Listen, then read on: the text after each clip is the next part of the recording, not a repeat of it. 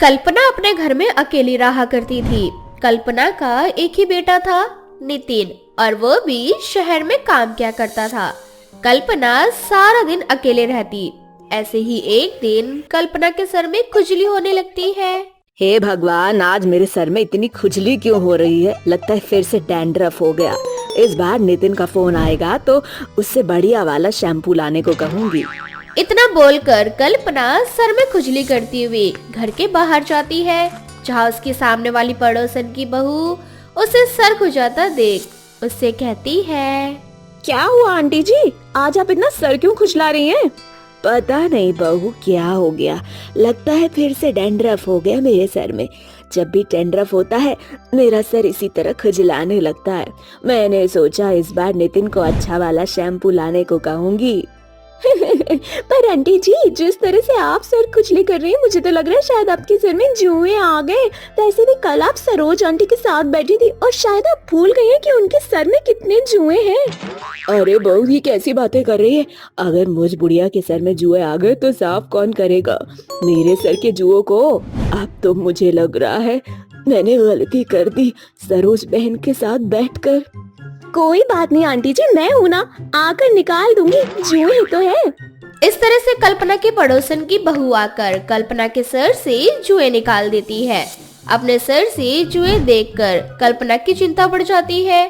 अब इसी तरह से कुछ दिन बीत जाते हैं, पर कल्पना के सर के जुए साफ नहीं होते। बहू, मुझे तो लगता है मैं पागल हो जाऊंगी। पता नहीं मेरे सर के जुए कब खत्म होंगे।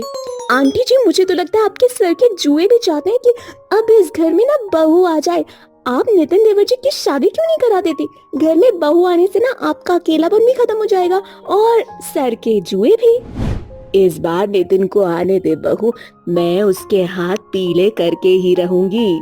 कल्पना अपनी पड़ोसन की बहू की बात मान जाती है और इस बार जब नितिन घर आता है तो वो नितिन के साथ पूजा नाम की लड़की को देखने जाती है, जो कि काफी सुंदर और संस्कारी थी।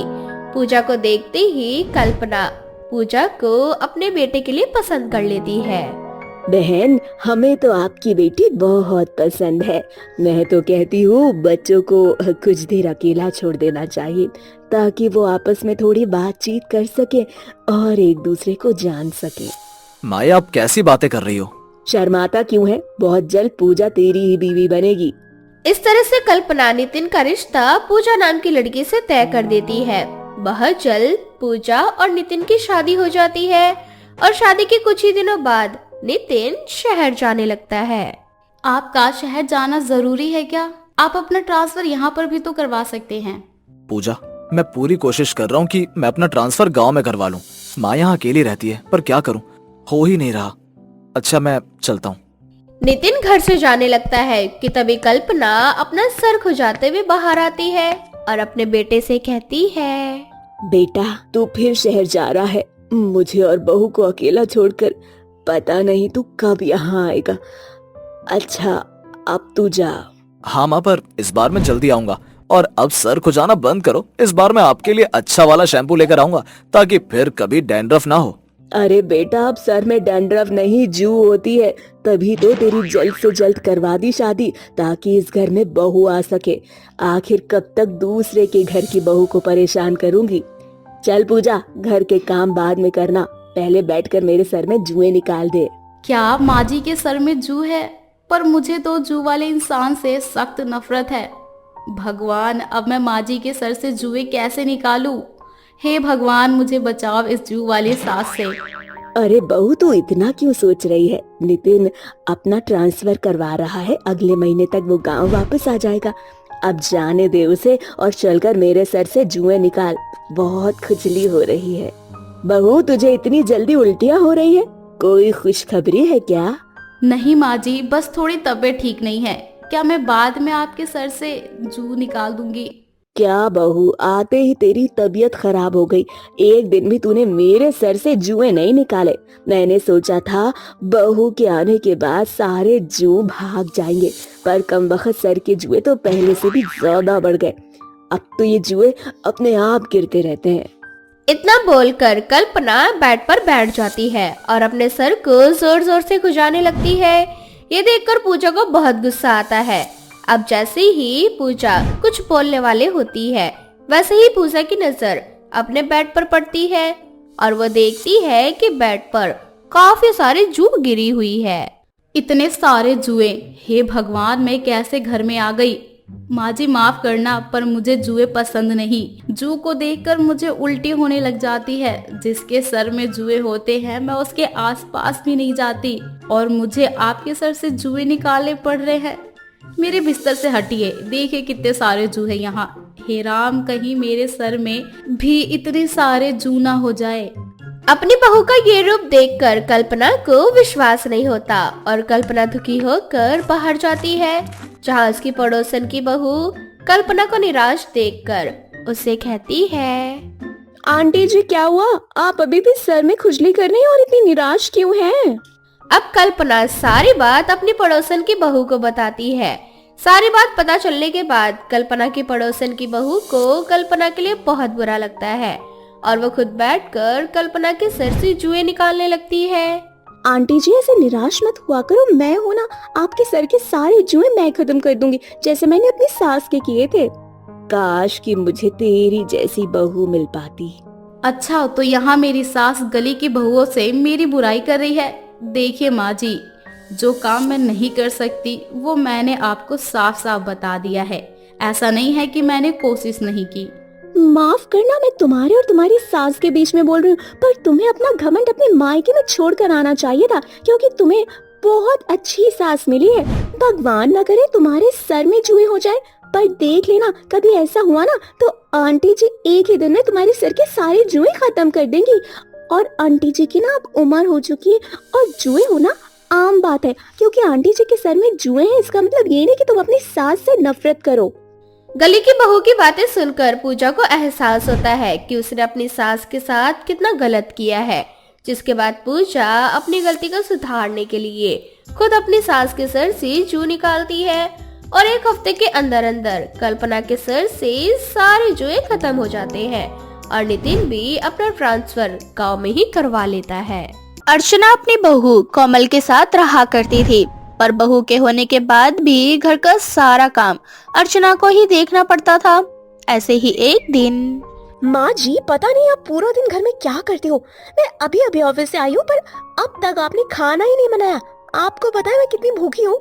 बहू मैं जानती हूँ कि तू भूखी है, पर मैं खाने में बनाती क्या? सब्जी तो घर में थी ही नहीं, और सुबह मैंने तुझसे पैसे मांगे तो तूने मुझे सब्जी के लिए पैसे ही नहीं दिए। माँ जी घर में इतने काम नहीं होते जितने आपके बहाने होते जा रहे हैं। जो भी घर में है वही बना दो, मैं बहुत थक गई हूँ। मैं जा रही हूँ अपने कमरे में आराम करने।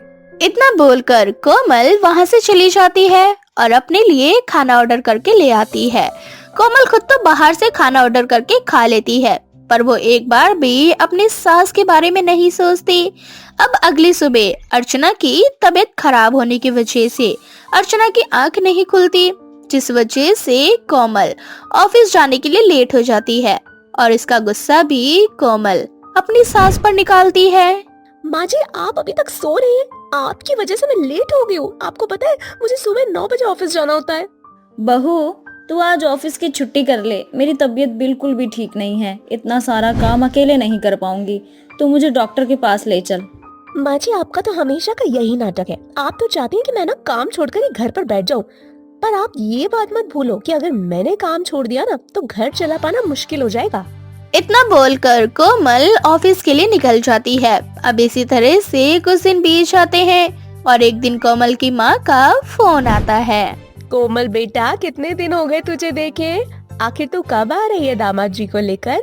माँ क्या करूँ, टाइम ही नहीं मिलता, और तुम्हारी दामाद जी अभी शहर से बाहर है, ऊपर से एक मेरी सास है, ना जाने पूरा दिन हीरोइन बन के क्यों बैठी रहती है। उनसे घर का एक काम नहीं होता। वो तो सोचती है कि बहू घर का काम भी करे और बाहर का भी।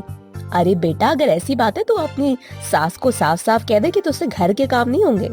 हाँ माँ मैंने कह दी है ये बात, क्या करूँ, मेरी सास ना बड़ी चालाक है। मैं जिस दिन घर पर रहती हूँ उस दिन तो वो घर का कोई काम नहीं करना चाहती, पर वो तो मैं हूँ जो उनके सर पर बैठकर घर के सारे काम करवाती हूँ। इस तरह से कोमल अपनी सास की बुराई अपने माँ के सामने करने लगती है और ये सारी बात अर्चना सुन लेती है। अर्चना को कोमल की यह हरकत जरा भी पसंद नहीं आती और वो कोमल से कहती है, बहू, मेरी बुराई करके ना तुझे कभी कुछ नहीं मिलेगा। और वैसे भी घर का काम तू कौन सा करती है, जरा मुझे भी तो बता। चलिए माँ जी, आपकी ही बात मान लेते, नहीं करती मैं घर का कोई काम। इसका मतलब तो ये हुआ ना कि आप चाहती हो कि मैं बाहर से भी काम करके आऊँ और घर का भी काम करूँ। बहू, ना ही मैंने ऐसा कभी कहा है और ना ही मैं ऐसा चाहती हूँ कि तू घर और बाहर दोनों का काम करे। माँ जी, आप क्या चाहती हो और क्या नहीं वो मैं बहुत अच्छे से जानती हूँ। और एक बात और आपको बता दूं, घर में इतने काम नहीं होते, तो प्लीज मेरे सामने ना नाटक मत किया करो। इतना बोलकर कोमल वहाँ से चली जाती है। अब अगले दिन संडे था और कोमल की छुट्टी, इसलिए कोमल काफी देर तक सोती है। पर अर्चना आकर कोमल को उठा देती है। बहू, सुबह के 11 बज चुके हैं, अब तक तेरी नींद पूरी नहीं हुई क्या? अरे जरा उठ के मेरी मदद करवा दे घर के कामों में। माँ जी, आपका रोज का यही नाटक है। और आपसे किसने कहा कि आज मैं घर में हूँ? आज मैं अपनी माँ से मिलने जा रही हूँ। कल मेरे ऑफिस की छुट्टी, इसलिए अब मैं सीधा परसों ही घर आऊंगी। बहू, तो घर के काम से बचने के लिए ना यही करती है हमेशा। जब तेरा दिल करता है मायके चली जाती है। अगर मैं मायके चली गई तो तेरा ऑफिस संभालना मुश्किल हो जाएगा। अच्छा, तो अब आप मुझे धमकी दे रहे हो? एक काम करो ना माँ जी, आप भी अपने मायके ही चले जाओ, फिर देखना कैसे मैं आपसे अच्छी तरीके से घर का काम करती हूँ और घर की साफ सफाई रखती हूँ। अगर ऐसी बात है ना तो ठीक है, मैं अपने मायके जा रही हूँ। तू अकेले ही रहना और अकेले ही अपना काम करना। इतना बोलकर अगले ही दिन अर्चना अपने मायके चली जाती है। अपनी सास को मायके जाता देख कोमल को बहुत अच्छा लगता है और वो ऑफिस में जाकर अपनी ये खुशी अपने दोस्तों से शेयर करती है। यार, मेरी सास तो मायके चली गई, मैं तुझे बता नहीं सकती आज मुझे कितनी खुशी हो रही है। कम से कम शाम को जब मैं घर आऊंगी तो उनकी चें तो नहीं सुननी पड़ेगी मुझे। अरे यार, ये सारी सास ना ऐसी ही होती हैं। हमेशा इनको कुछ ना कुछ लगा ही रहता है। कभी घुटनों में दर्द, कभी कमर में दर्द, कभी जोड़ों में दर्द। काश कि मेरी सास भी ना तेरी सास की तरह मायके चली जाती हमेशा के लिए। अपने दोस्त से बात करके कोमल अपने ऑफिस के काम में लग जाती है और शाम को घर जाती है। घर जाने के बाद कोमल देखती है कि पूरा घर बिखरा पड़ा है। माँ जी, करती क्या है? पूरा घर बिखरा पड़ा है। अरे मैं तो भूल ही गई, माँ जी तो मायके गई है। कोई बात नहीं, मैं खुद ही सारा घर ठीक करके खाना बना लेती हूँ। इतना बोलकर कोमल घर के कामों में लग जाती है और खाना बनाने लग जाती है। इस तरह से कोमल को रात के 12 बज जाते हैं और जैसे ही कोमल सोने के लिए कमरे में जाती है वैसे ही उसके पति का फोन आता है। कोमल, मैं कल घर आ रहा हूँ। मैंने अपना ट्रांसफर दिल्ली में करवा लिया है। अब से मैं दिल्ली में रहकर ही काम करूंगा। ये तो बहुत अच्छी बात है। वैसे तुम्हारी माँ मायके चली गई है मुझसे लड़ाई करके। खैर, मैं रखती हूँ। मुझे बहुत नींद आ रही है, आज मैं बहुत ज्यादा थक भी गई हूँ। इतना बोलकर कोमल फोन रख देती है और अगली सुबह घर का काम करते करते उसे 10 बज जाते हैं। और जब कोमल टाइम देखती है तो वो अपना सर पकड़कर खुद से कहने लगती है, हे भगवान, घर में कितने काम है। झाड़ू, पोछा, बर्तन, खाना। अभी तक मैंने एक काम पूरा नहीं किया और 10 बज गए। मैं ऑलरेडी 1 घंटा लेट हो चुकी हूँ ऑफिस के लिए। इतना बोलकर कोमल सारा काम छोड़कर ऑफिस के लिए भागने लगती है और शाम को घर आकर फिर से घर के कामों में लग जाती है। कोमल, मैं एक बहुत जरूरी काम कर रहा हूँ। मुझे सारी रात काम करना पड़ेगा, तो मेरे लिए कॉफी बना दो। क्या इस वक्त कॉफी? रुको, अभी लाती हूँ। इस तरह से नींद में कोमल अपने पति के लिए कॉफी बनाती है और आराम से सो जाती है। पर सुबह उसे जल्दी उठना था, जिस वजह से उसकी नींद पूरी नहीं हो पाती और एक बार फिर वो घर के कामों में लग जाती है। घर में कितना सारा काम है, खत्म ही नहीं हो रहा। अगर ऐसा ही चलता रहा तो मेरी नौकरी छूट जाएगी। मेरी बस का नहीं है ये काम करना। माँ जी, जल्दी आ जाओ, आपकी बहुत याद आ रही है। मुझे समझ आ गया सब। इतना बोलकर कोमल अपनी सास को फोन करती है और उसे घर आने के लिए कहती है। माँ जी सुनिए, अब आप अपने मायके से आ जाइए। मुझे पता चल चुका है कि घर में बहुत काम होता है। अब मैं आपसे कभी नहीं लड़ूंगी, मुझे माफ कर दीजिए। सास के मायके जाने के बाद कोमल को अपनी सास की अहमियत का पता चलता है और घर में कितने काम होते हैं उसका भी। कुछ दिनों बाद अर्चना घर आ जाती है, जिसके बाद फिर कभी कोमल अपनी सास से नहीं लड़ती। ये कहानी बिलासपुर नाम के एक छोटे से गांव की है। सभी गांव वाले अपना काम खत्म करके अपने घरों में जाकर सो रहे होते हैं कि तभी वहां एक बड़े पैरों वाली चुड़ैल आ जाती है और चुड़ैल को देखकर सभी भागते हैं और एक दूसरे से बोलते हैं, अरे अरे सब अपनी जान बचाकर भागो, ये बड़े पैरों वाली चुड़ैल फिर से हमारे गांव में आ गई है। ये फिर से अपने बड़े पैरों की मदद से हम गरीब मासूम लोगों को अपने पैरों के नीचे रौंद डालेगी। तू बिल्कुल सही कह रहा है, मैं बिल्कुल ऐसा ही करूंगी।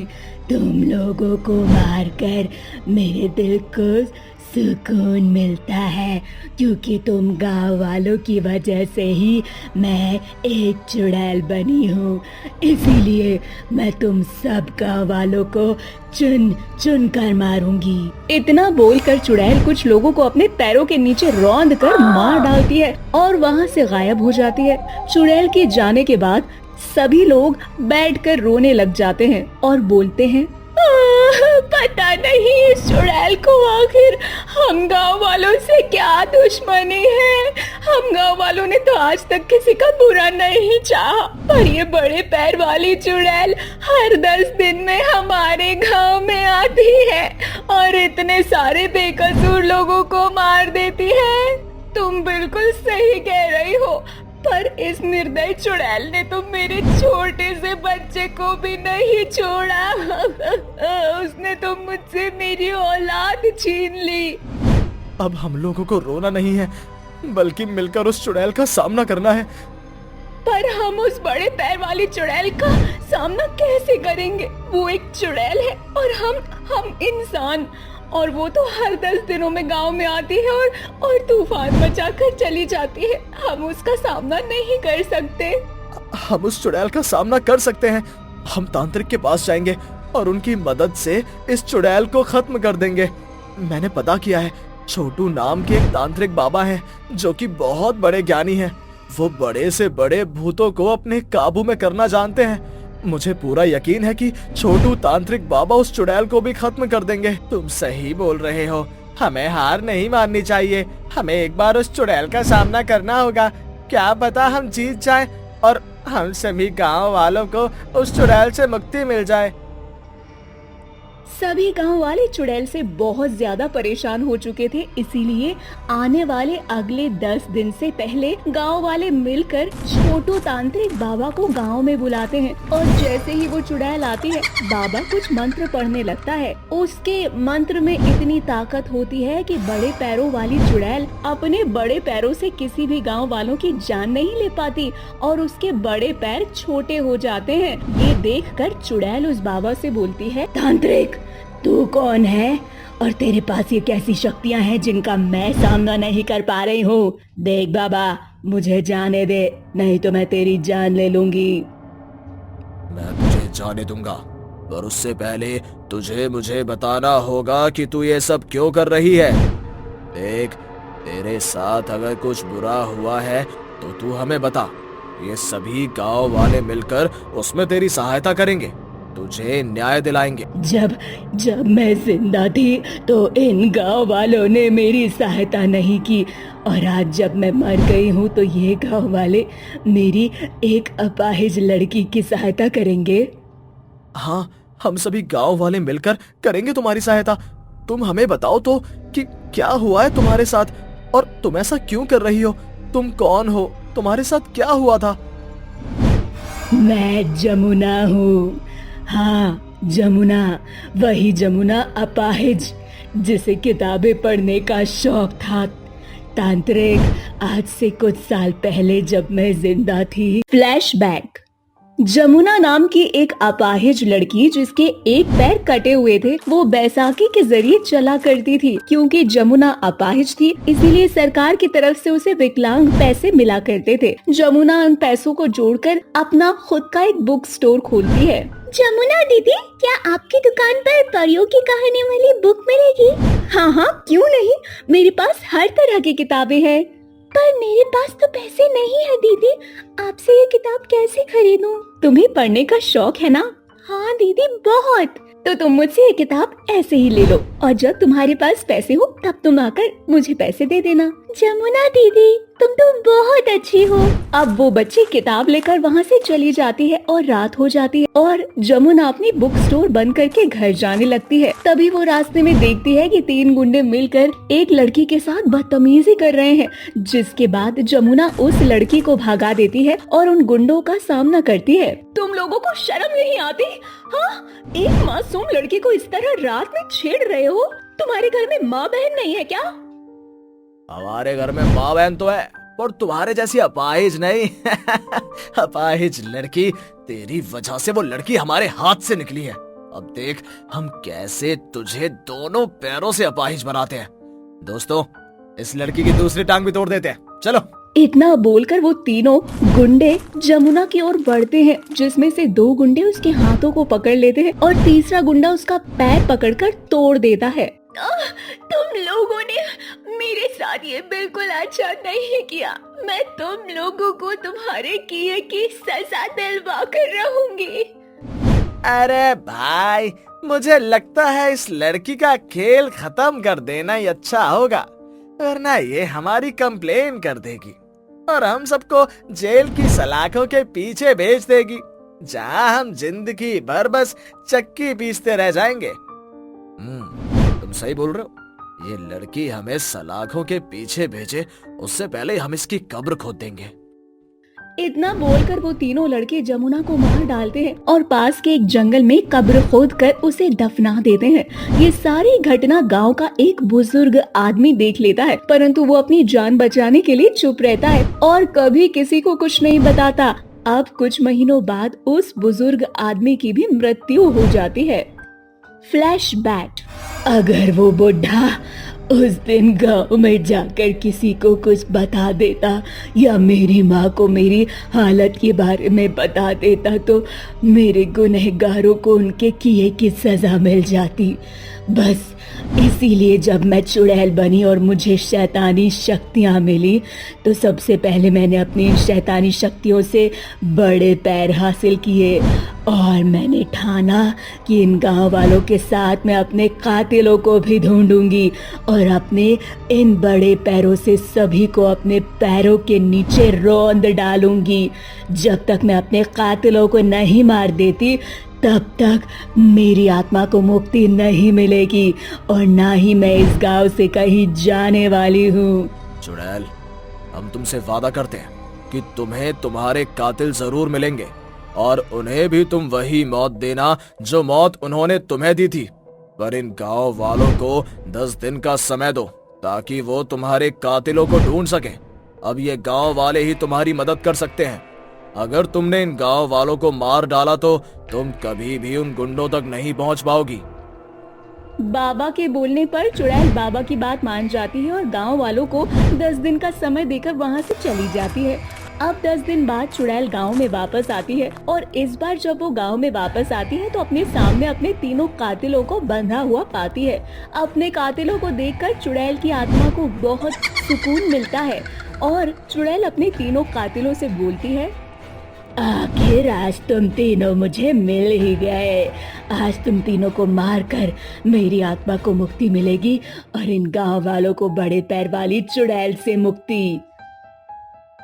पर तुम कौन हो चुड़ैल, और हमें क्यों मारना चाहती हो? आखिर हमने तुम्हारा क्या बिगाड़ा है? तुम तीनों बेवकूफ गुंडों ने अब तक मुझे नहीं पहचाना। मैं जमुना हूँ, वही ना दिया था, मैं वही जमुना हूँ। आज मैं तुम तीनों से अपनी मौत का बदला लेने आई हूँ, जो कि मैं लेकर ही रहूंगी। इतना बोलकर चुड़ैल अपने बड़े पैरों से उन तीनों कातिलों को अपने पैरों तले रौंद देती है और वो तीनों गुंडे घायल हो जाते हैं, जिसके बाद चुड़ैल उन तीनों गुंडों को जिंदा जमीन के अंदर गाड़ देती है। इस तरह से चुड़ैल का बदला पूरा हो जाता है और वो हमेशा के लिए उस गांव को छोड़कर चली जाती है।